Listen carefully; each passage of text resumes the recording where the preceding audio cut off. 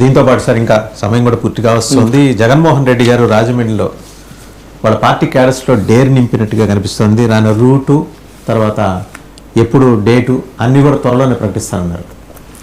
ఎప్పుడు ఎన్నికలు జరిగినా విజయం మనదే అని అన్నారండి. ఏమిటి ఆ కాన్ఫిడెన్స్ మీరే చెప్పండి. అంటే మీరు సిఆర్డిఏ మొత్తం రాజధాని మీద అయిపోయింది అనుకుంటే ఒక అంశం ఒక సెంటెన్స్ తోటి నేను మేము రాజధాని మీద వైఎస్ఆర్ కాంగ్రెస్ పార్టీ జగన్మోహన్ రెడ్డి గారు మాట్లాడటం స్టార్ట్ చేస్తే మమ్మల్ని ఎలా పోర్ట్రేట్ చేస్తున్నారంటే జగన్మోహన్ రెడ్డి గారు అమరావతికి వ్యతిరేకం.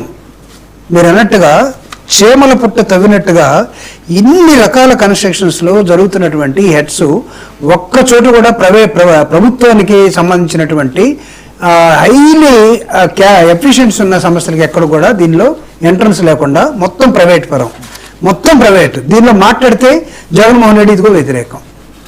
నేను అడుగుతున్నా ఈరోజు I'm making an appeal to the all the people in the society, intellectuals కానీ, లేకపోతే ప్రైవేట్ పీపుల్ కానీ, లేకపోతే సిటిజన్స్ కానీ, లేకపోతే ప్రజాస్వామికవాదులు కానీ, దయచేసి ఆంధ్రప్రదేశ్లో జరుగుతున్నటువంటి అమరావతి పేరుతో జరుగుతున్న అవినీతి మీద ఒక్కసారి మీరు కూడా కన్నేసి చూడండి, మాట్లాడండి. రెండోది, లాస్ట్లో మనకేమవుతుందంటే మనకి కంట్రోల్ అండ్ ఆడిటర్ జనరల్ వస్తారు, వచ్చిన తర్వాత ఒక రిపోర్ట్ నరబడేస్తారు.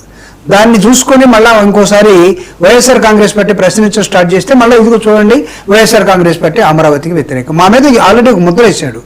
ఈరోజు సమాజాన్ని మేమేం కోరుతున్నామంటే మీ ప్రతి ఒక్క పౌరుడు కూడా దీని మీద ఒకసారి మాట్లాడండి, వినండి, చదవండి. ఇక్కడ జరుగుతున్నటువంటి అవినీతిని, అమరావతి 2 లక్షల కోట్ల అవినీతి ఎవరి జేబుల్లోకి వెళ్తుందో, ఏ వర్గానికి పోతుందో, ఎవరి ప్రయోజనాలకు పోతుందో, సామాన్య మానవుడికి వీళ్ళు కట్టబోయే రాజధానితో నిజంగా సంబంధం ఉందా? ఉంటే ఇంతలావున ఉన్నటువంటి జనమంతా మైగ్రేట్ అయిపోయి హైదరాబాద్కో లేకపోతే చెన్నైకో లేకపోతే బెంగళూరుకో రకరకాల ప్రాంతానికి వెళ్ళిపోతూ ఉంటే ఇక్కడ మీరు ఎవరెవరినో తీసుకొచ్చి ఈ కన్స్ట్రక్షన్ పేరుతోటి మీరు నిర్మిస్తున్న నిర్మాణాలని కూడా ఎవరి కోసం ఎప్పుడు చేస్తారు? రెండోది మీరు అడిగినటువంటిది, మేము ప్రతిదీ రాష్ట్రంలో 2 సంవత్సరాలుగా అధికార పార్టీ కానీ కూటమి కానీ మొత్తం రాష్ట్రాన్ని దోచి అవతల పడేసింది. మీరు చెప్పినటువంటి సూపర్ 6 కానీ సూపర్ 7 కానీ లేకపోతే జగన్మోహన్ రెడ్డి గారి కన్నా ఇంకా ఎక్కువ ఆయన ఇచ్చినన్ని మొత్తం ఇస్తూనే మేము ఇంకా ఇస్తామని చెప్పిన మీ ఎలక్షన్స్ ప్రామిస్ కానీ ప్రాక్టికల్గా 2 సంవత్సరాలుగా అన్ని హంబక్కు, వీళ్ళేమి చేయట్లేదు అనేది ప్రజలు తెలుసుకున్న తర్వాత ప్రజల కోసం ప్రజా చైతన్యాన్ని నిర్మించే క్రమంలో వైఎస్ఆర్ కాంగ్రెస్ పార్టీ ప్రజా ఉద్యమాన్ని జగన్మోహన్ రెడ్డి గారు గత 2 సంవత్సరాలుగా యూజ్డ్ టు ద పీపుల్. ఈరోజు రాజమండ్రి పార్లమెంటరీ సమన్వయ కమిటీ మీటింగ్లో జరిగినటువంటి అంశం కూడా మీరందరూ కూడా నిరంతరం ప్రజల్లో ఉండండి, ప్రజల్ని నమ్ముకోండి. ప్రజలు ఈరోజు ఆలోచిస్తూ ఉన్నారు, lot of anti incumbency against the present government మీద తీవ్రమైన వ్యతిరేకత ఉంది. ఈ వ్యతిరేకతని మీరు ప్రజల్లోకి వెళ్ళి వాళ్ళని ఎడ్యుకేట్ చేయండి. ఏ విధంగా దోచుకుంటాం లోకల్ ఎమ్మెల్యే దగ్గర నుంచి. రేపు మళ్ళా లోకల్ బాడీ ఎలక్షన్స్ వస్తూ ఉన్నాయి. లోకల్ బాడీ ఎలక్షన్స్లో వైఎస్ఆర్ కాంగ్రెస్ పార్టీని అసలు కంటెస్టే చేయనీరట. అంటే మా మీద అసలు ఇవాళ అదే రాజమండ్రిలో జగన్మోహన్ రెడ్డి గారు సమావేశం పెట్టిన టైంకి రాజమండ్రి నుంచి కొంతమంది కార్యకర్తలు వైసీపీలో చేరతామంటే మాజీ ఎంపీ మార్గాని భరత్ అని తీసుకెళ్ళి లాగేసేసి అరెస్ట్ చేశారు. ఇంకా ఇలా లెక్కలేదండి. ఎవరినైనా సరే లోపలేయటం, కేసు పెట్టడం, తోమేయటం, అంటే భయభ్రాంతులను చేసేదానికి ఎంతెందుకండి. నిన్న కౌన్సిల్లో ఏం జరిగింది? కౌన్సిల్లో అచ్చెన్నాయుడు గారు మనం అనకూడదు కానీ మళ్ళీ ఇక్కడ తీసుకురావటం లేదు కానీ ఏం మాట్లాడుతున్నారు? సబ్జెక్టు మీద మాట్లాడుతూ ఉంటే అది వదిలేసి ఒక్కొక్కళ్ళు పర్సనల్గా వెళ్ళిపోయారు మాట్లాడుకోవడం. వాళ్ళ ట్రాప్ లో పడాలి అది కూడా ఒకటే మాకు మేము తెలుసుకోవాల్సిన అంశం.